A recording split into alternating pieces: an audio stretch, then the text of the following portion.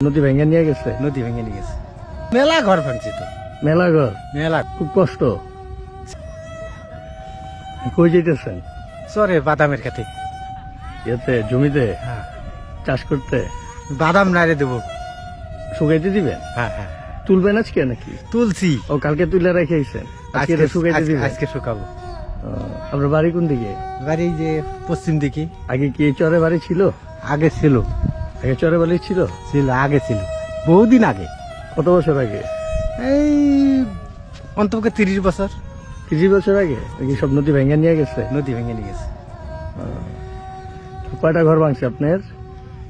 এখানে কয়টা ঘর আছে এখন নাকি? এমনি ভাঙছে, নদী ভাঙছে কয়টা ঘর? মেলা ঘর ভাঙছে তো, মেলা ঘর। মেলা ঘর আছে।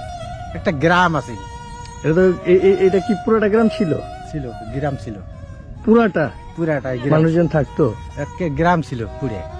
ওহো, খুব কষ্ট ছিল, কষ্ট ছিল তখন, বান বন্যা তখন। তাহলে এটা মানে কেমনে এটা থেকে মুক্তি পাওয়া যায়, তিস্তার এই ভাঙন থেকে? এই তিস্তে বান দিলে তো মুক্ত পাওয়া যায়, মুক্তি পাওয়া মানে যায়? খরম দিলে মুক্ত পাওয়া যায়। মাঝখান থেকে খইরা দিলে হ্যাঁ। আর কি ই পাশে পাশে বন্ধ বান্ধলে। হয়ে যেত। হ্যাঁ, ঠিক আছে, কি কি চাষ করছেন এবার? এবার ওখানে খালি শুধু একটু বাদাম।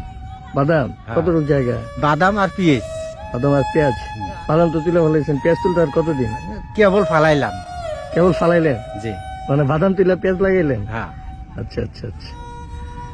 পেঁয়াজ হইতে কতদিন সময় লাগবে? অন্তপক্ষে না 3 মাস। 90 দিন। তারপর?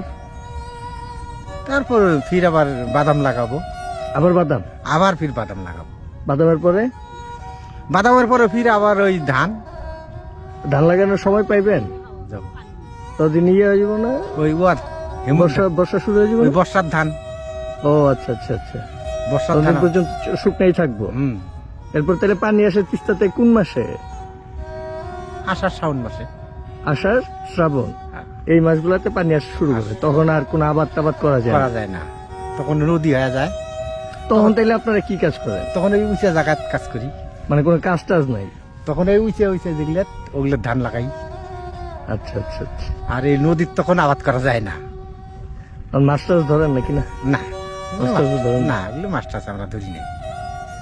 আচ্ছা ঠিক আছে, জান তাইলে। আচ্ছা। চর অঞ্চলের মানুষগুলা তাদের জীবন এভাবে কষ্ট হলেও হাসি মুখে তারা মেনে নেয়, আর এইভাবে তারা জীবনযাপন করতে থাকে। হাজারো কষ্টের মাঝে তারা এভাবে জীবনযাপন করে জীবিকা নির্বাহ করে।